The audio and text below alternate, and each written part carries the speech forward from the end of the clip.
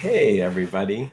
This is Erik Bohlin. I'm a professional therapist, and we are taking the steps together. We are now going to do step 4 and 5, 6 and 7. I usually take about 3 to 4 hours doing this with obviously some breaks, with sometimes a cup of coffee, some kind of thing to keep us focused. The key with this is that I do the writing for the person. This is typed up, but I do the writing. They sit there in a comfy chair, and we get through this. We start with prayer. So we ask God to guide us. So I'm going to pray a prayer that would look like that. And then we'll jump in. God, grant me the serenity to accept the things I cannot change, the courage to change or look at the things I can, and the wisdom to know the difference. God, please grant us to see our defects of character. Help me to be willing to surrender these to you and help me to see clearly. We ask this in your precious holy name. Amen.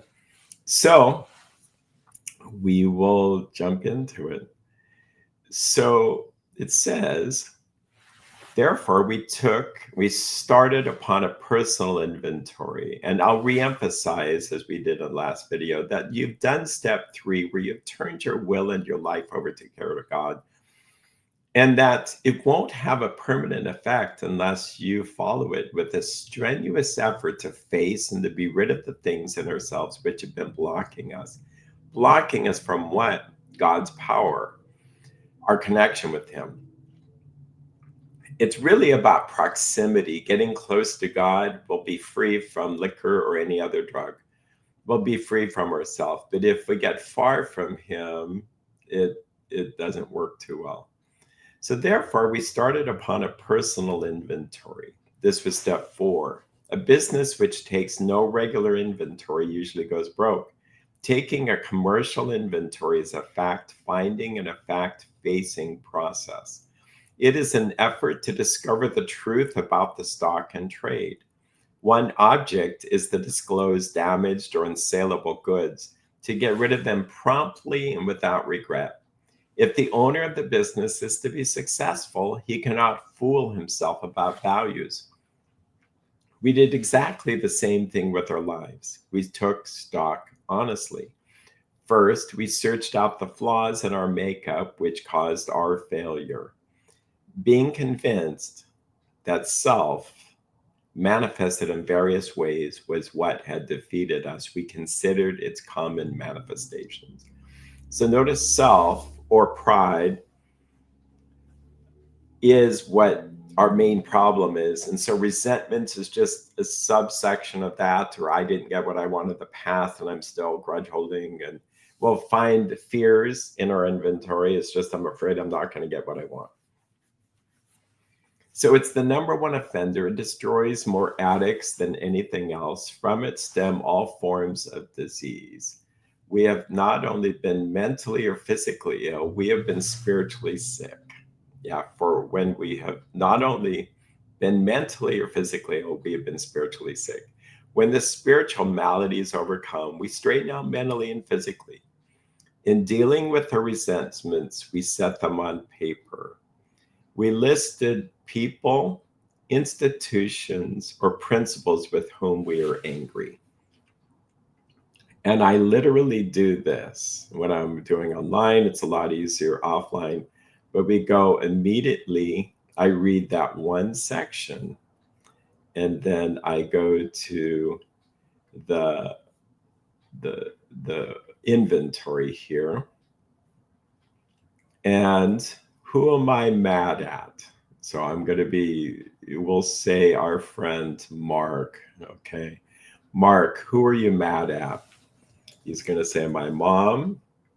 And he may want to tell me a story about mom did this. And it's like, yeah, I gently say, stop. We're just going to not talk about that yet. We're just making the list. I'm mad at my dad. I'm mad at my church. I'm mad at the government. I'm mad at my brother, my sister, coworker. Now, I could go on. I was going to make this shorter, but I'm going to make it a little bit longer. But our purpose is to look at our defects of character. This is what our real inventory is. We need to know what our defects are so we can ask God to remove them. This is not really about trying to get rid of the resentments. The resentments will go away when you'll see how it works. Okay. So, let's see if I can be a principal. Maybe paying taxes.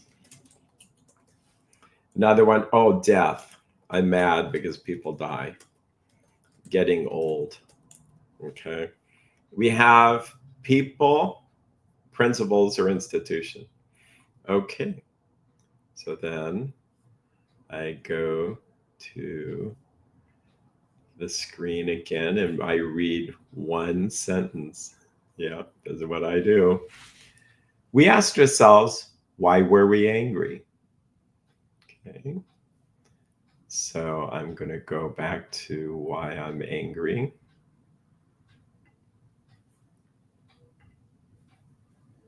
And we will sort this out here. Well, my mom, and our friend Mark may say, my mom was a witch. She did this and that, and you can see him getting really upset by that. Okay. Some people, they actually say, no, everything's fine. I don't really have any resentments. Here is, I think they all run and hide. They may have more fears than they have resentments. But anyway, my mom was this and this, was critical. She threw shoes at me. She called me a loser. She slapped me. She was a drunk. Okay. I might translate then she was critical, abusive, and drank. Well, there could be story and story and story, but do we need any more? We don't, because this is not her inventory, it's ours. Now, if we don't get enough information when we're over here, we can always go back and say, well, tell me more. Okay. Dad did nothing to stop this. He is passive. He smoked pot. I like to put these in quotation marks. And the reason is because it's kind of their quote, their story. If I translate it too much in my wording, but so often I will be like with Mark, tell me what happened. The church, they are a bunch of hypocrites.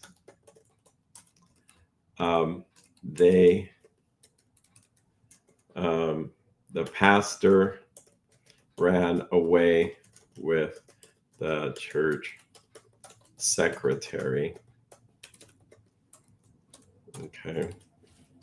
What else are you mad about? The government, they are controlling us.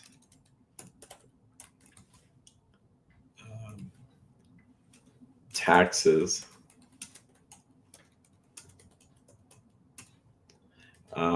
Spend money poorly.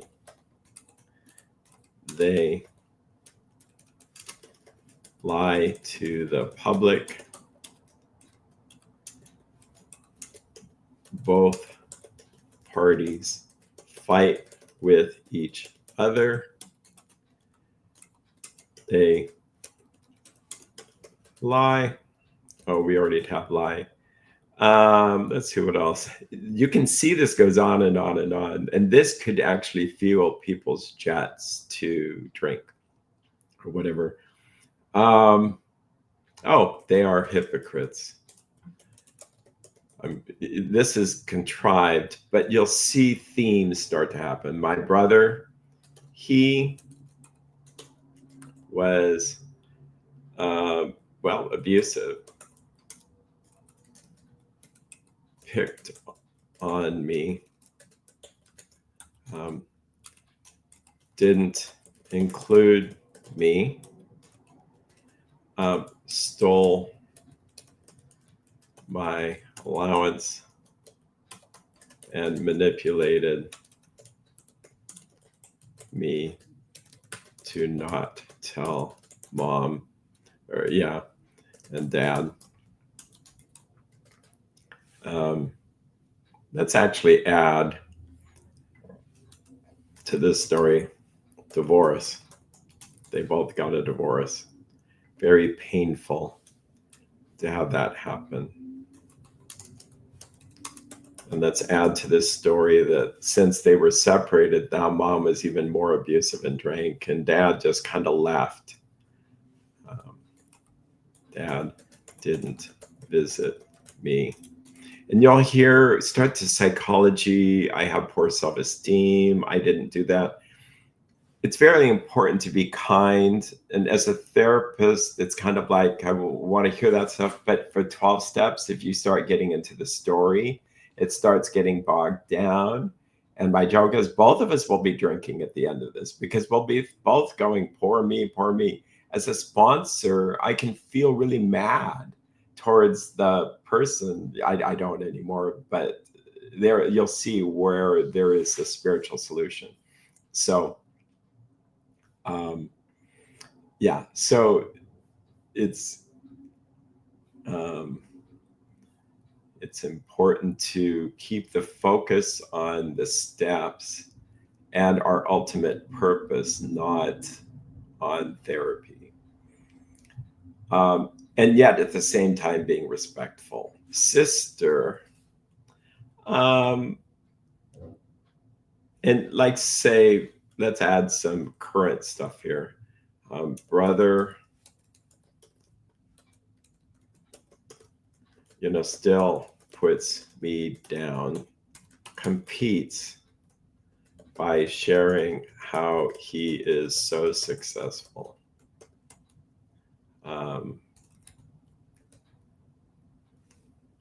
And then let's say he called me a loser. This is both childhood and adult.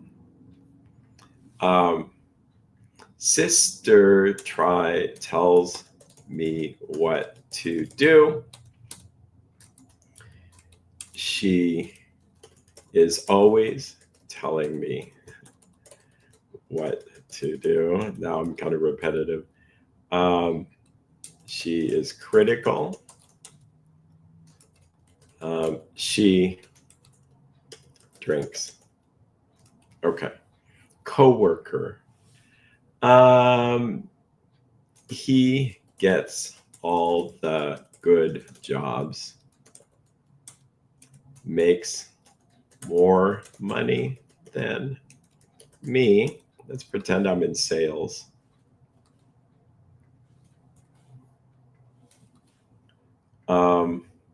That's probably enough there. I'm going to add a column here. Insert, and I do this all the time. I'm going to add my boss. He isn't fair.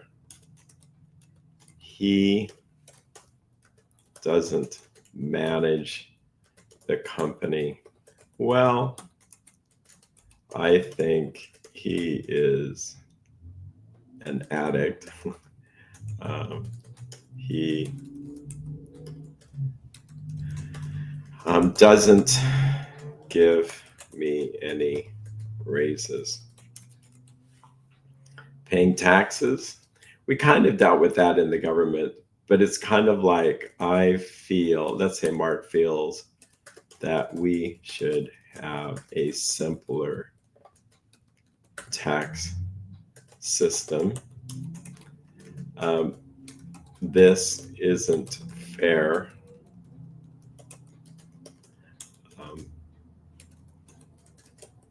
The more money I make, the more taxes I have I have a lot of medical expenses, but never enough to itemize them. Yeah. So, and the reason I'm adding that is it feels like a real life situation. Um, and then we might add um, rows below. My son, why am I resentful to my son? Well, and this is this is all made up, by the way. This is where it gets really personal, where no one can see this list. It's really important to not identify things. In fact, we're going to use this as scratch paper. We're going to just put this just to make sure. My son has cancer. I am resentful because I am doing the best I can. He is barely going to make it. By the way, I'm getting teary eyed, and this is made up. This is costing me a lot of money. I am scared. Okay, we hold this gently before we give it to God. I realized we don't have my wife here, and I'm making this up, Mark's wife. So Mark's wife, and usually the wife is usually, I would say, wife. My wife doesn't understand me. She is critical. Let's say controlling.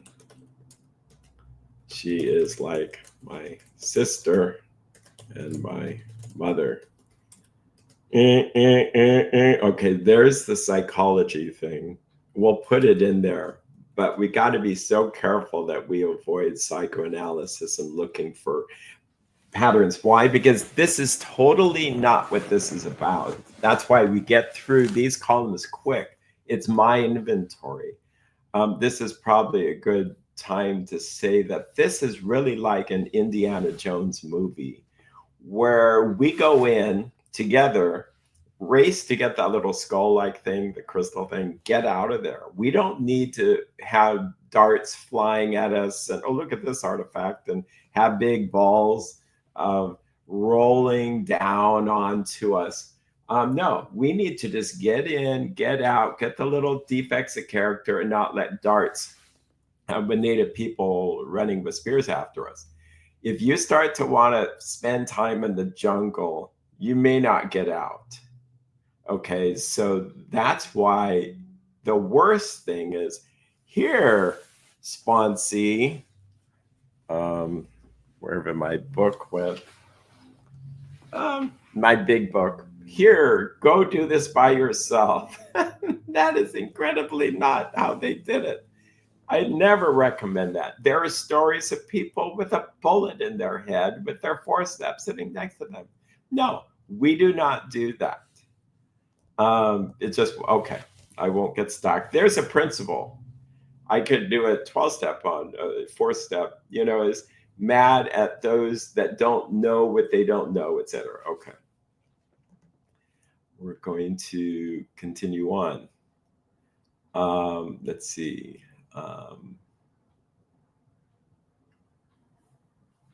Death. My parents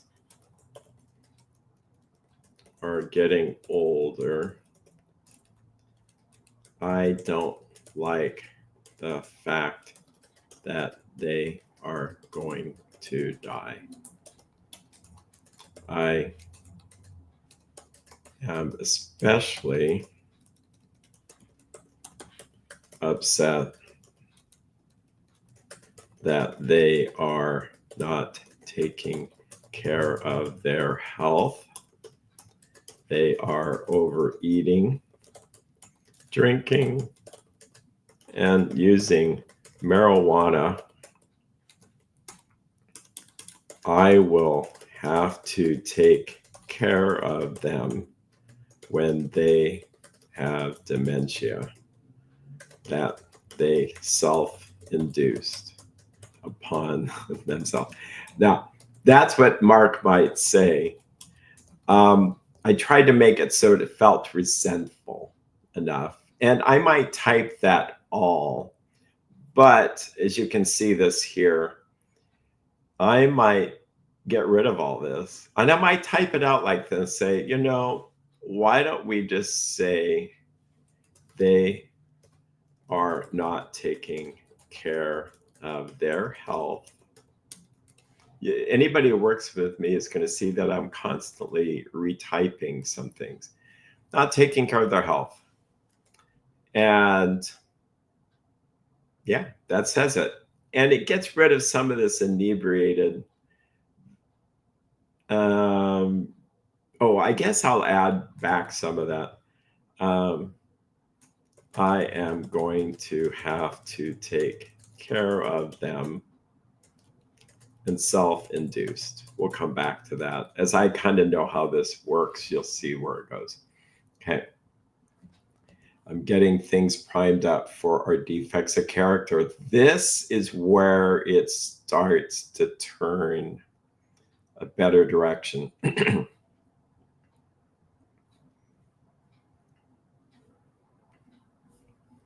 We go to our trusty AA book here. And we read. Now notice it says in most cases it was found that our self-esteem, our pocketbooks, our ambition, our personal relations, including sex, were hurt or threatened. So we were sore, we were burned up. And then on our grudge list, we set up beside each name our injuries. Was it our self-esteem, our security, our ambitions, our personal or sexual relations have been interfered with?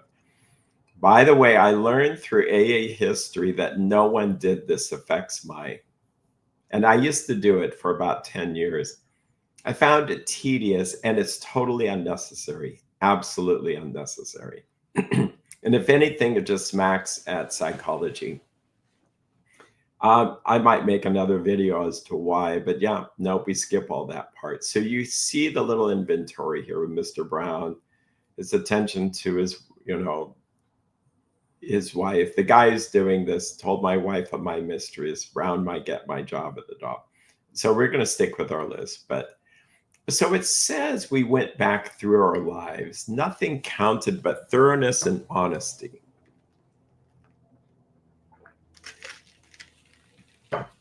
So bless the heart of peoples. I think people doing this, I think what happens is people think this thorough and honest. We have to be fearless and thorough from the very start. Thorough. That they need 43 pages of this. And they need to write down everything. And they need to say, and then my coach did this to me and I felt bad. And then they did that. And it just goes on and on. The thoroughness is the simplicity of just looking at ourselves. Yeah, fascinating. Here's a little side trip, but I think it's important. It's so easy to have luminous amounts of information about everybody else. But when it comes to ourselves, oh, wow, I don't really have much to say. So that's why we turn the lens backwards on ourselves, the magnifying glass, and kind of say, okay, the telescope, or not the telescope, but the microscope. Where am I wrong here? So we went back through our lives, nothing counted but thoroughness and honesty. When we were finished, we considered it carefully. The first thing apparent was that this world and its people were often quite wrong. To conclude that others were wrong was as far as most of us ever got. The usual outcome was that people continued to wrong us and we stayed sore. Sometimes it was remorse and then we were sore at ourselves.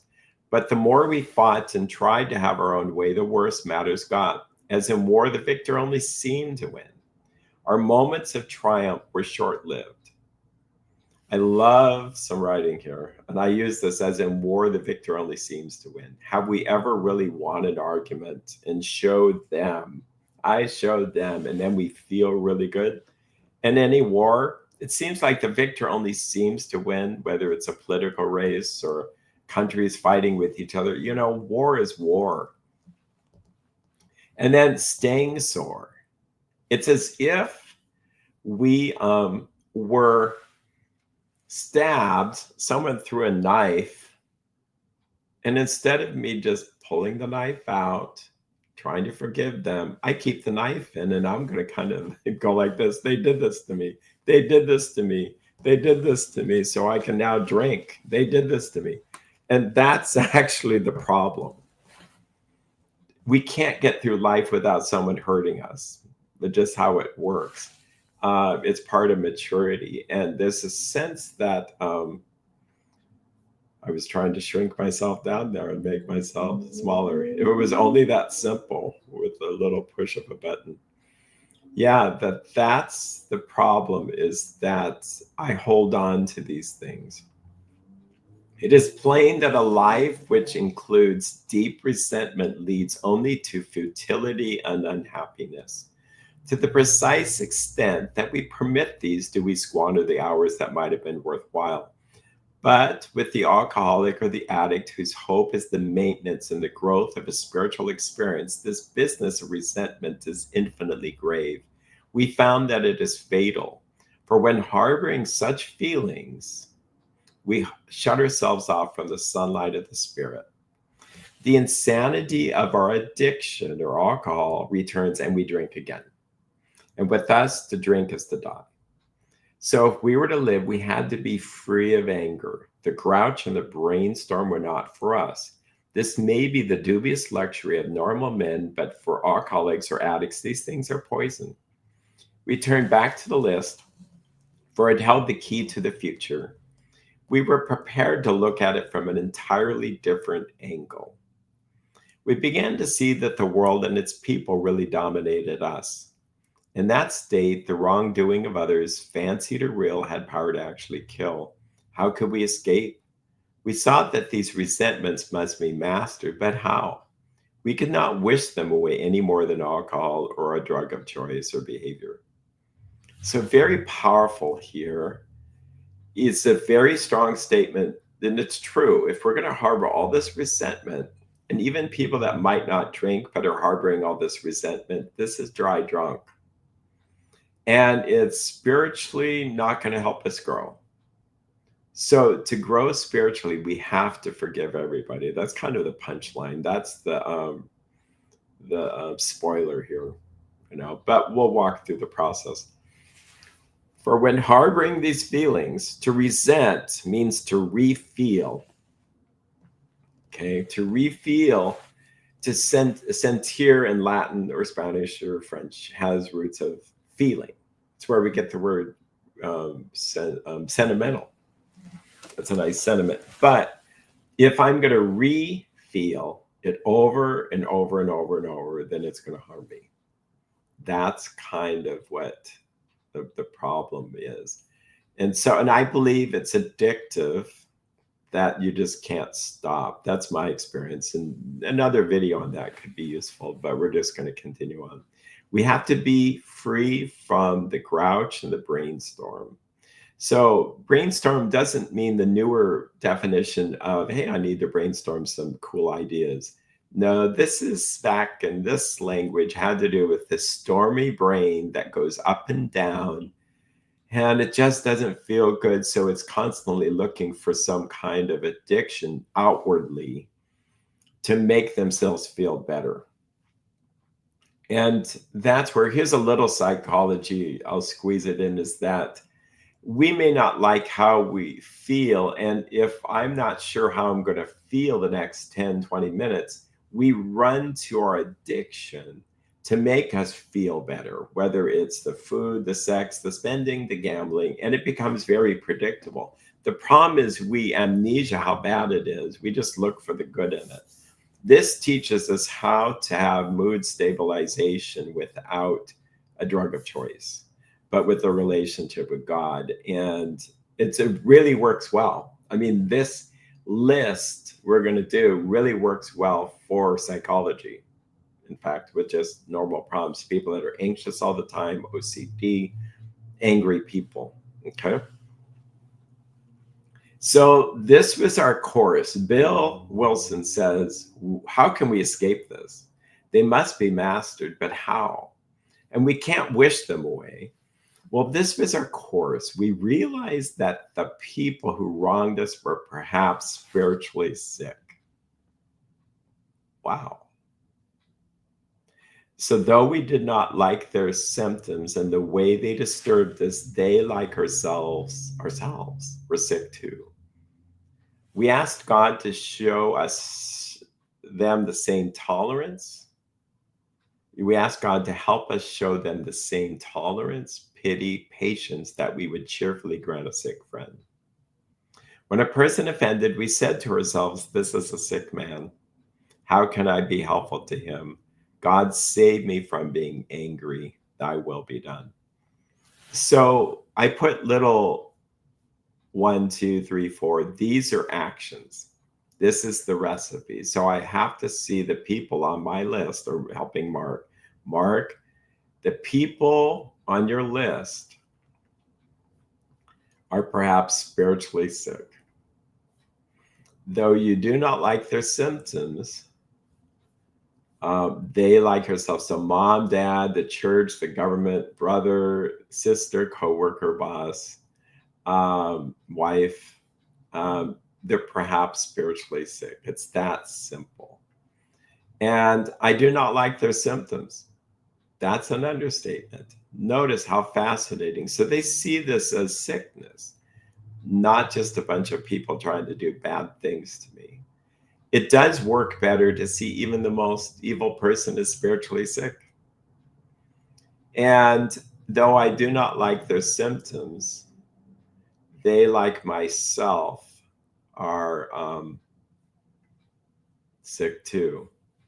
So I want to make sure that it's all lined up here. So how am I going to survive this? Well, I have to ask God for help. So this becomes a prayer. And some will call this the 4-step prayer. God, help me to have tolerance. Now, tolerance doesn't mean I agree with a lifestyle, right?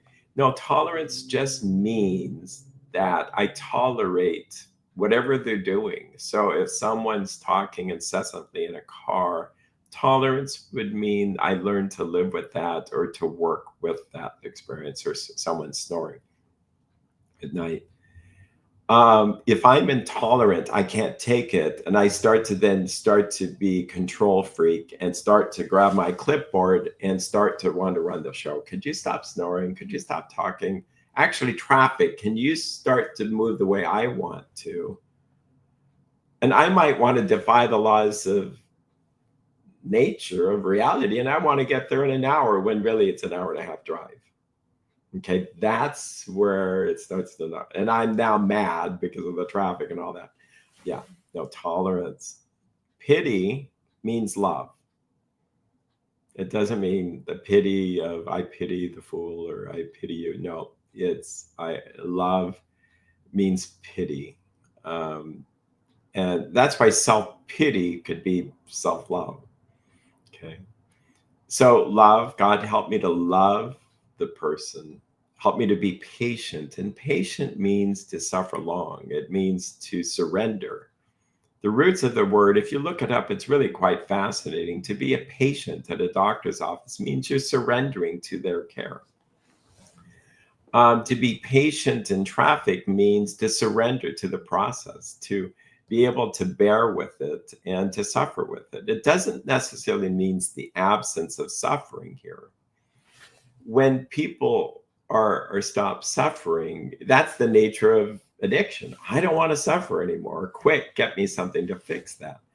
Yeah, no, to be patient is an antidote. It's really an antidote to our problems, or antidote rather, when we're doing that. So I ask God, if I don't ask, I'm not working a program. And if I'm starting to try to fix things with my brain power, if I'm saying, God, please get me patience here with my wife, my children, the government, patient to see that they're people, they're sick people. And then it says, when a person offended, we said to ourselves, this is a sick man. And we have to say that in a spirit of kindness and understanding, like, yeah, they're sick. How can I be helpful to him? Huh, that's interesting. So, well, not being resentful doesn't, I mean, being resentful doesn't help. So I start to pray, how can I be helpful? And a lot of times just backing away and not interacting. God, save me from being angry. So often I will pray this in the beginning: God, save me from anger. Help me to be kind, patient, tolerant to this situation. Your will, thy will be done. So it's kind of can be in any order, but if you do that, you're working the steps, which is that simple. Now, years went by, and then I noticed, oh, look, there's another to do item. I mean, I read it, we avoid retaliation or argument. And so that's now on my recipe here. I arguing, no. Retaliation, no. To me, that's leaving the program and it's never turns out well. I've never seen a person after an argument put down their defenses and said, hey, you're so right. Because you were twisting things in my mind. And now all of a sudden I realized, wow, you're right. I'm sorry. No, it's never done that. So it's futile to do such things. It just is. It's a waste of time. Actually, it's not only a waste of time, it's harmful. I'm saying that to myself that I I, I don't want to do that anymore. Referring to our list again, putting out of our minds the wrongs others had done, we resolutely looked at our own mistakes. Where had we been selfish, dishonest, self seeking, and frightened? So you're going to see some of these words begin to come up, and it'll be a theme throughout the rest of the steps. Though a situation had not been entirely our fault, we tried to disregard the other person involved entirely. So you could almost take the first two columns and just totally disregard them, because now we're just going to look at my own sins, my own faults. Where were we to blame? The inventory was ours, not the other man's. When we saw our faults, we listed them. We placed them before us in black and white. We admitted our wrongs honestly and were willing to set these matters straight. Okay. So that's exactly what we're going to do here. So with mom, critical, abusive, drank, what are the defect here? I think the defect is, well, I'm judging her.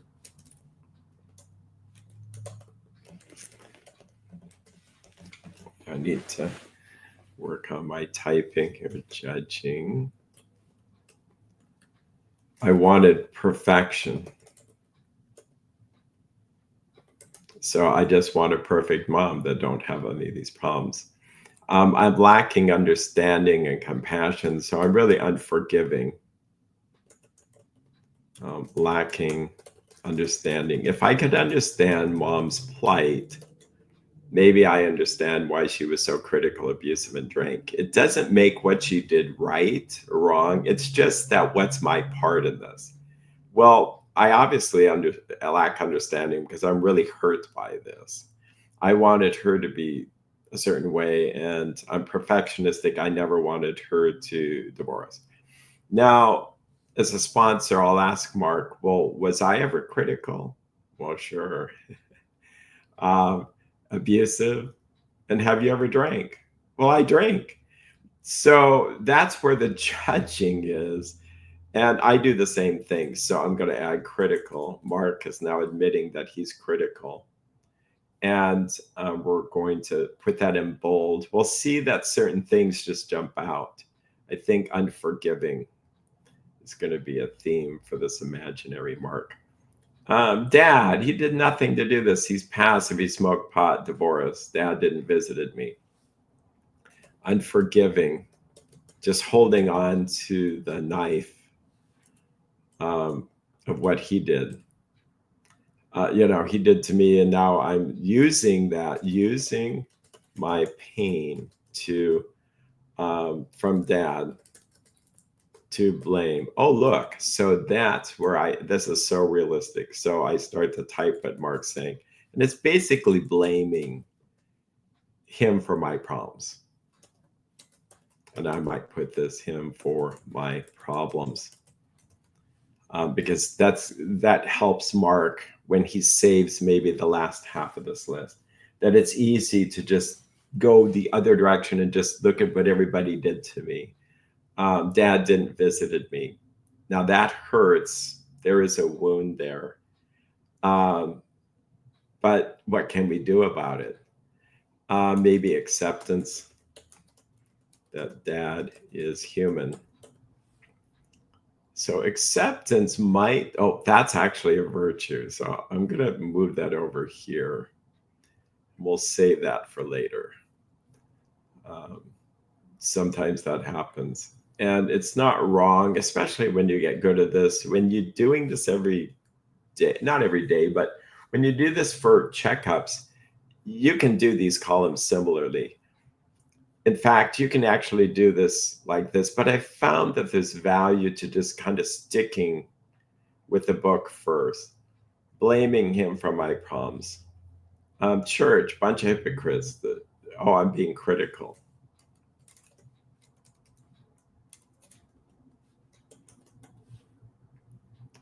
And has Mark ever been a hypocrite? No. Mark might smack me. I've never been hit, but it's kind of funny. You have to do this. And that's where, as a sponsor, you might talk about your own problems. And so I might not long-windedly, you might say, you know what? I judged a lot of people in church. And I realized that I was just judging them. By the way, I will share a weakness here. I often forgot, at this point, we often pray. I need to put in here in this column prayer that we pray and say, God, help me to see this from an entirely different point of view. Help me to see where I'm wrong, not the other person. Amen.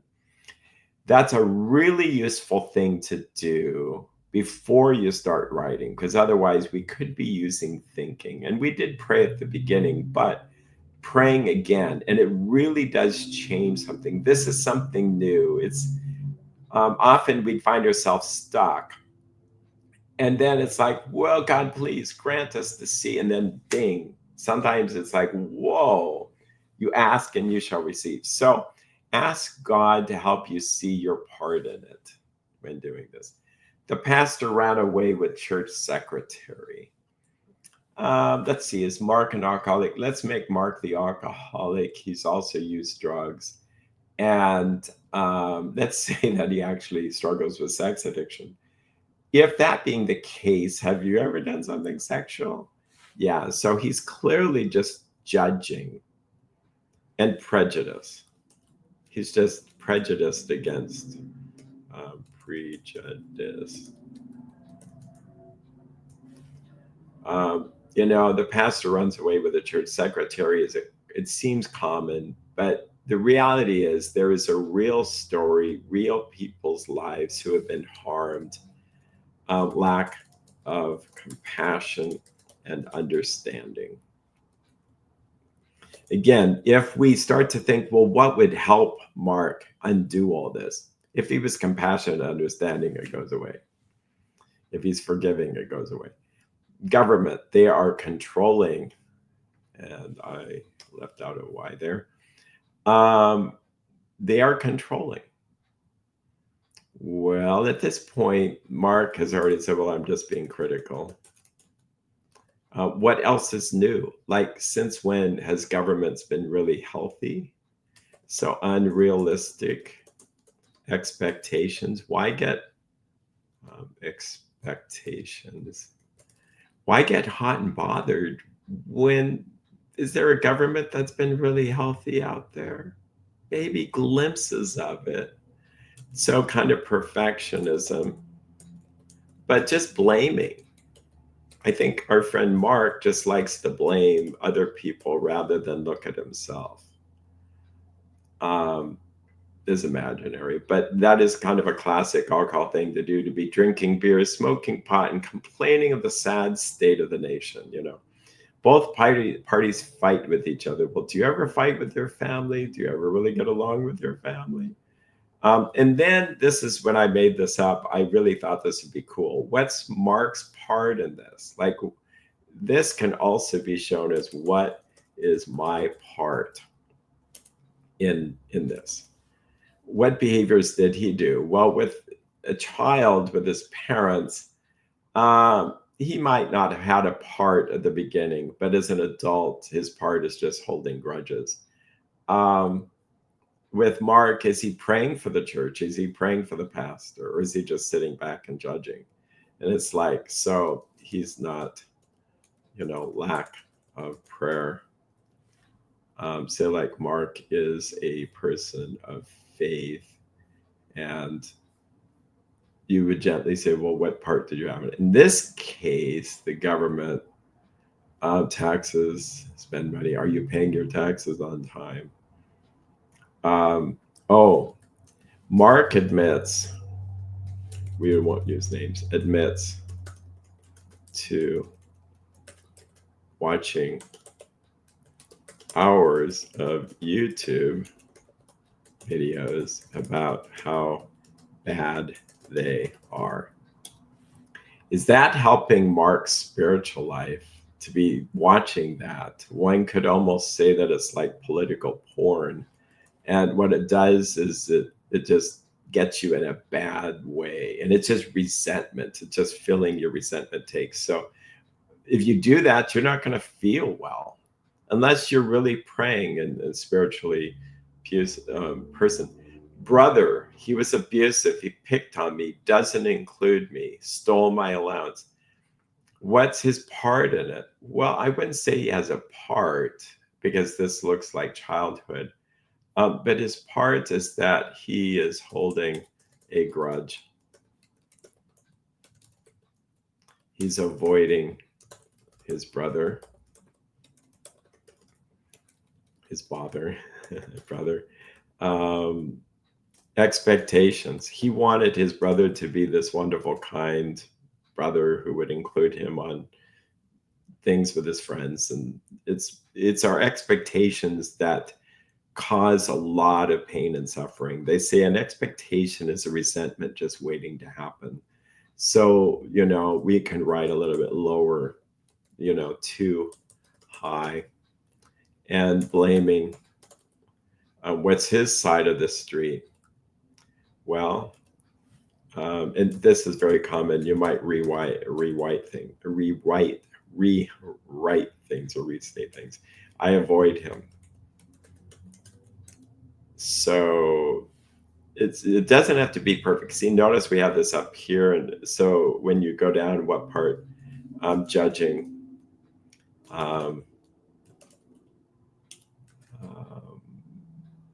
Yeah, that's probably enough for the brother. The sister. Let's say that Mark is unassertive.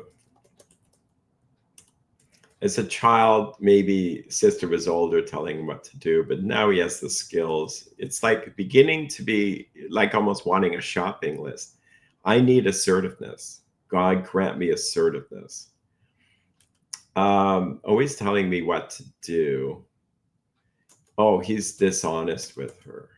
Dishonest. Well, he's just not honest to say, this is how I feel.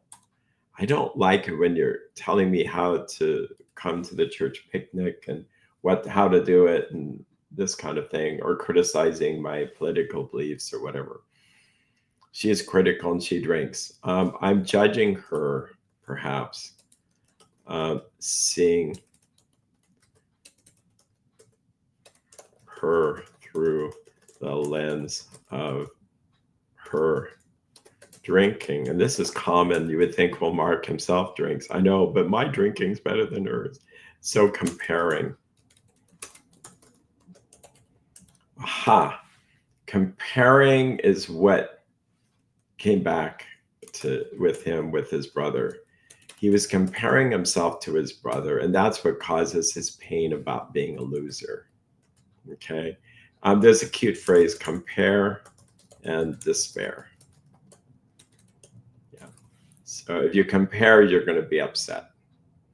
Coworker. He gets all the good jobs, makes me more money than me. Well, Mark, what's your part in this? I don't see a lot of judgment, but he's comparing. And maybe he does admit he's lazy. He could work more.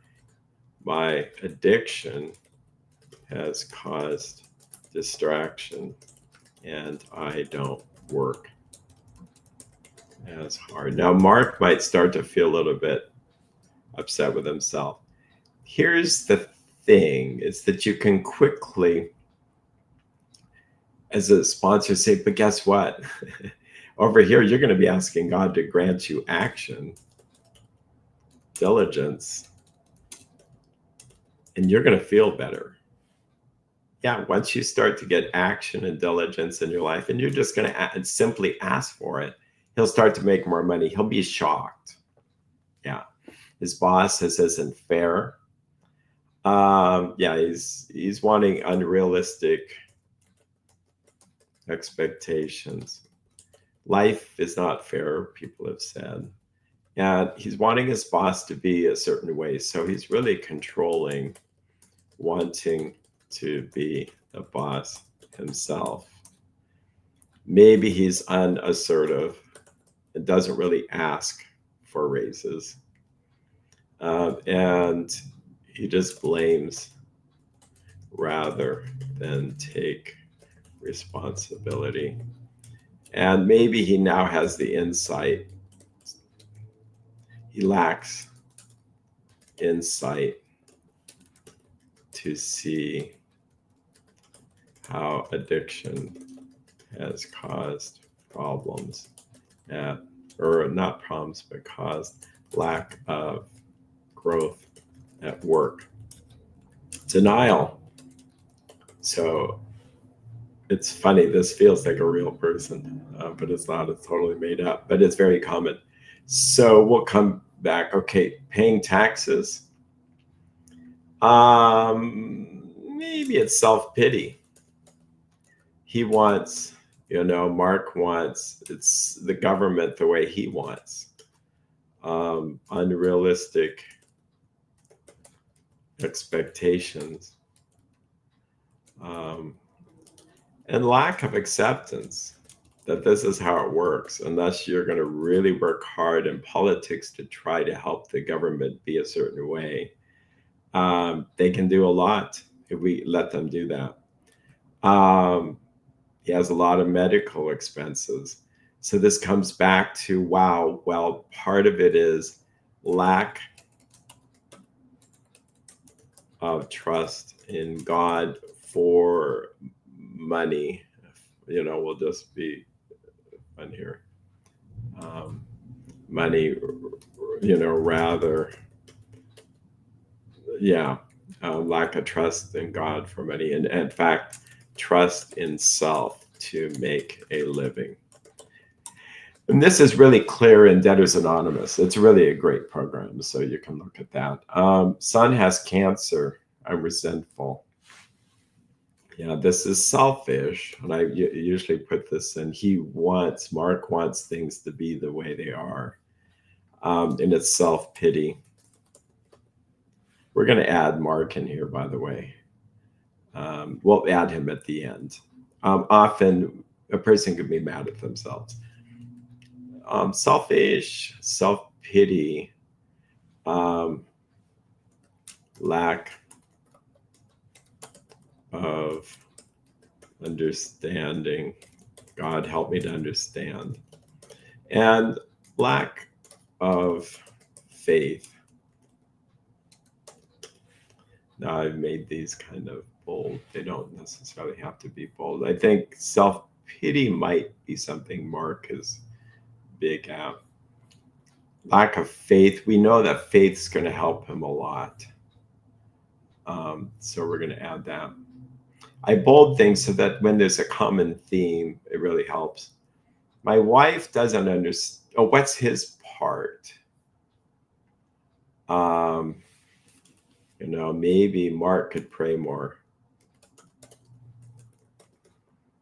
and trusting in self rather than God. Now, that may sound very bold. Like, how can you say this to a father who's struggling, doing the best he can? Well, we can say it because it's loving. Like, he's not going to get better if he keeps on trusting himself. And if we wanted to, we could say greed. That might go, what are you saying? Well, greed is this over attachment to money and material things. Let's not make Mark that. I think, but there are some people that I've seen it, not to be judgmental, but they really are concerned about the money, about everything. You can see it in the theme. My wife doesn't understand me. She's controlling, critical. She's okay. Labeling her.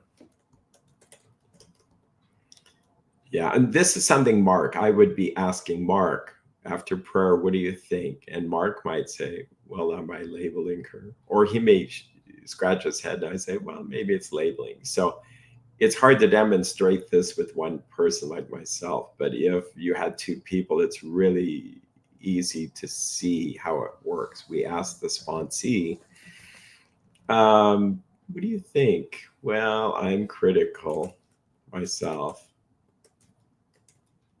I do drink. Pornography problem.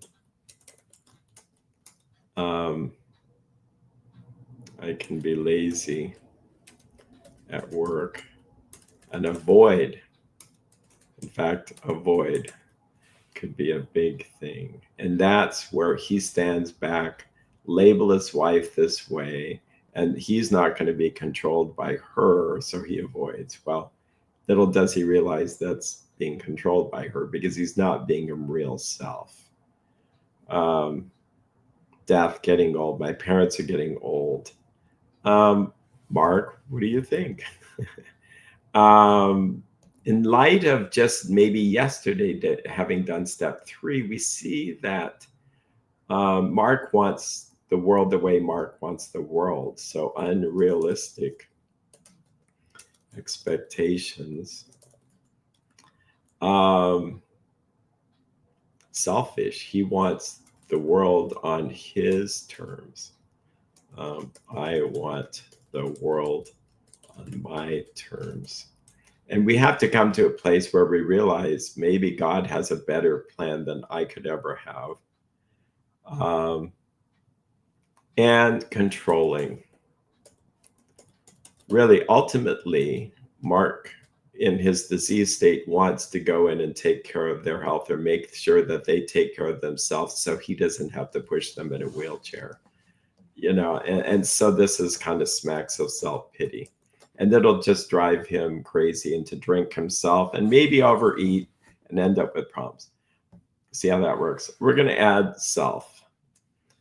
Why is he mad? I don't like myself. I have tried so hard to get sober and I can't. What else? I am a loser. I can't hold a job for more than 3 years. Okay. So, because it does say maybe you were mad at herself and it was remorse. So we would have done that earlier, by the way, but this is selfish, by the way. It's unrealistic expectations.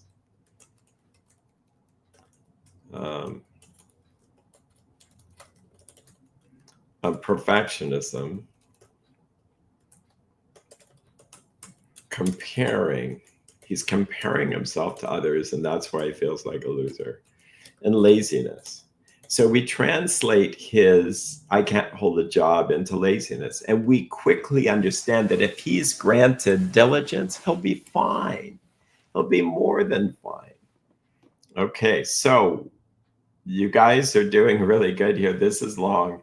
I've thought about breaking it up, but it just wouldn't work because people would think that it's okay to break this up into small pieces. And so this is going to be probably the longest video. And it's okay if you need to take a break and break it up. But for my part in keeping this to the truth of what we're trying to do, so we say, God, please show us what the virtue is. Show us what the remedies are. I like to think of virtues as remedies. Like, okay, so with mom, well, acceptance, understanding, forgiveness. And we're going to put this in.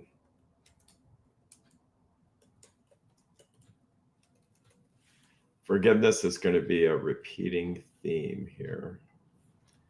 Understanding, critical. It's just accept. And you can read in the book, um, in a book, how important acceptance is, to accept life on life's terms. To maybe the criticalness could go away of seeing the positives about her. This same woman who we kind of looked at from this lens, but she was there as a stay-at-home mom. She might not have wanted to work. And maybe she wanted to work, but she stayed home with the kids. And she herself was there at school meetings and really taught me how to read. Let's say it's Mark. Mark says, yeah, taught me how to read. And that would be more with psychology. So we won't go down there, but seeing the positives, because if Mark can see the positives, that's a good thing. Yeah, I think seeing the positive is we'll leave that there. Dad, acceptance that he is human. Acceptance. I'm going to do a little bit of cutting and pasting. I usually take the time to type it out again because it's worth the time there. Oh boy. I'm also understanding that watching this, I want to keep it moving. I'm blaming, forgiveness.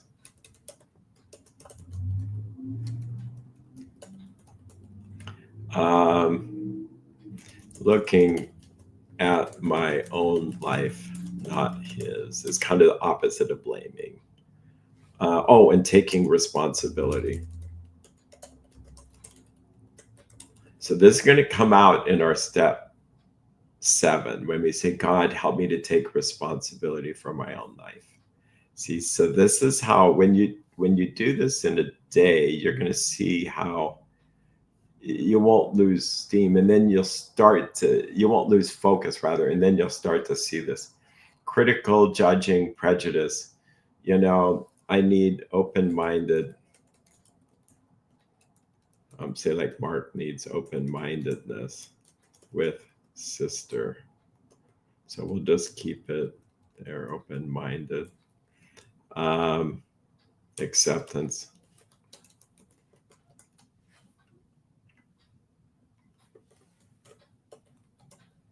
Patience with her. Pray for her. So action. So I might start say, God, help me to be patient, kind, and compassionate towards my sister. Now, how would this be so powerful? What it does is it's the exact opposite of her critical, judging, fault finding. And he may have a family gathering, but if he goes in and prays for this, he will be stepping, for lack of a better word, above the whole situation. He can't be harmed. If he sees that his sister is spiritually sick, then he will ask God, please grant me kindness, patience, tolerance, and it'll work. It really will work. And he won't drink. He won't have to drink to be near her. They are controlling taxes, all that. Grant me understanding. I don't know if we have to be compassionate towards them, but understanding that they are human, wise, expectations. That will get rid of some of that resentment there.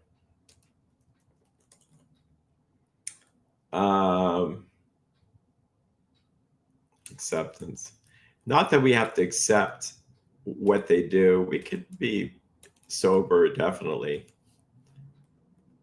and participate in politics and trying to help do that. Oh, he's going to avoid, more action, which could be prayer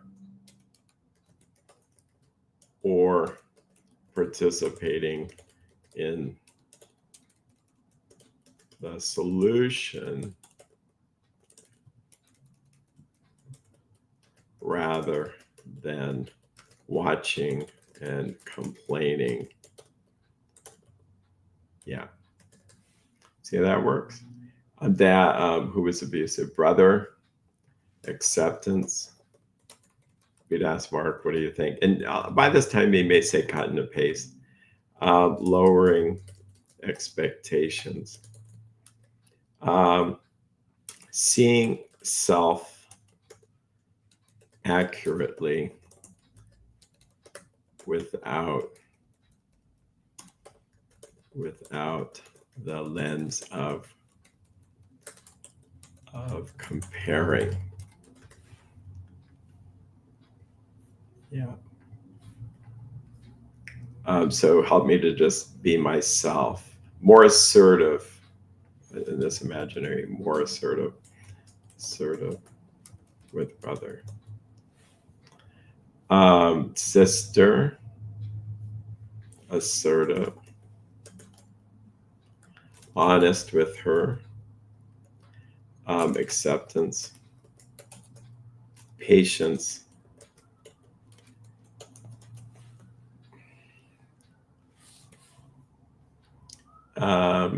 co-worker, we have the boss isn't fair, diligence to work, diligence to be a better employee. And we might be making amends to boss when we do, and we'll keep this will be our example when there are amends. It may be an indirect amends is what I suspect. Being more assertive and honest, maybe going and asking for a raise appropriately, if that's part of it. God grant me wisdom and insight what to do there. Where here he had been controlling.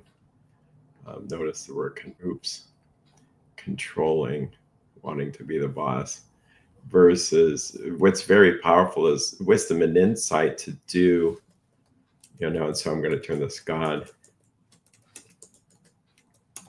Grant me to the action to do what you want me to do in regards my job. Now, that may seem so vague. He starts praying this, he'll see some changes.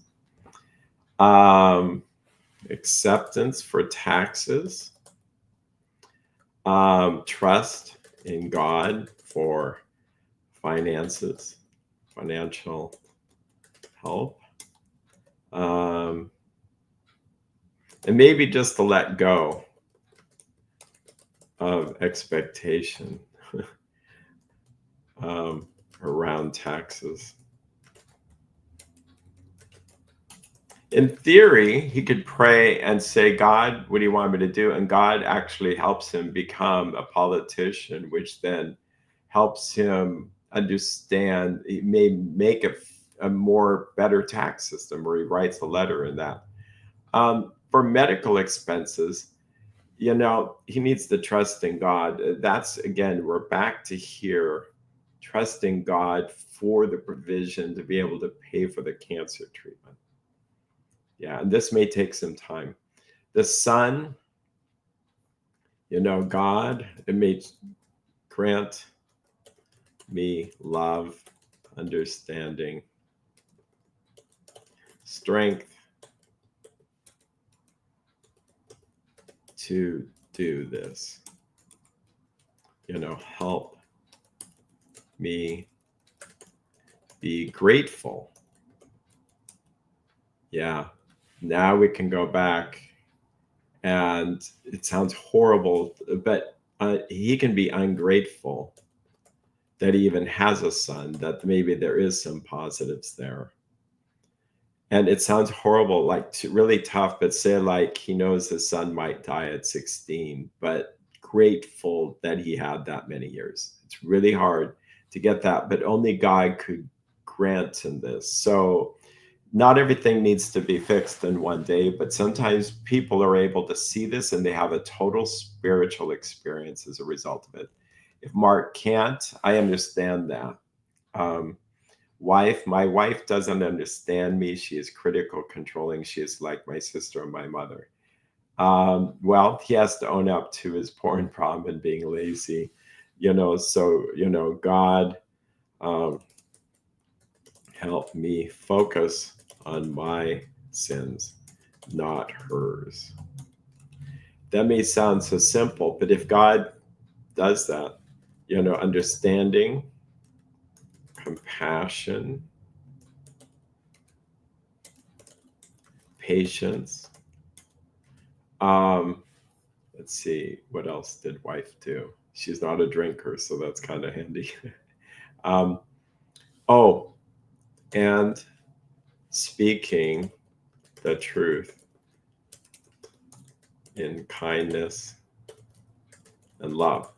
He may just need to say, look, honey, you're telling me how to butter my toast. You're telling me what to wear. You're telling me how to get sober, and this hasn't worked. Can you just let go of me? So there's nothing wrong with that. That's not necessarily trying to control her. It's just a request. And then leave it at that. But see, our friend Mark may never have done that. He may have just avoided. So then he may pray, prayer to show up, in the relationship. Death, getting old, grant me understanding, acceptance. Acceptance is probably going to be the biggest one here that wipes that out, that I'm not God.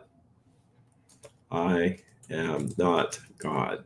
I remember having this with my own parents, not exactly, but, it's amazing. I'll remember this. Like, I was upset because my dad was passing away from the effects of alcohol. And by doing that, it was just really sad. It was just sad. And I remember just going to God in prayer. I didn't really even do a columns like this because I was well versed in that. And it's like I had not heard God's voice, but I kind of heard something that says, "Do you want to be God?" And it's like, yeah, no, I don't want to be God. So then I accept the fact that people can do what they want to do in this life, that there's free will. They can choose to drink or not drink. And my dad did have a positive ending to his life. I mean, he passed away peacefully after 4 years of being sober, but unfortunately, the effects of alcohol in his life were just there, you know?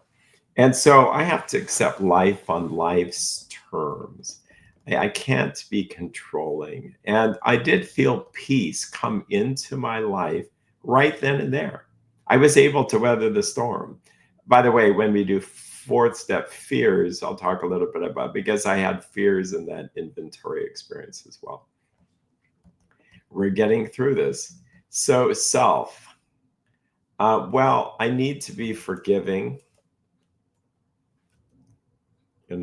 Forgiveness for self, acceptance. Oh, and it's amazing. I haven't even put this here, but humility. Humility, humility, humility is the opposite of pride. It's this freedom from self and humble to realize I'm just a human being. I'm just a human being and I'm doing the best I know to do. But me trying to not be lazy, trying to not be lazy was the problem. I just have to ask God, ask God for help, trust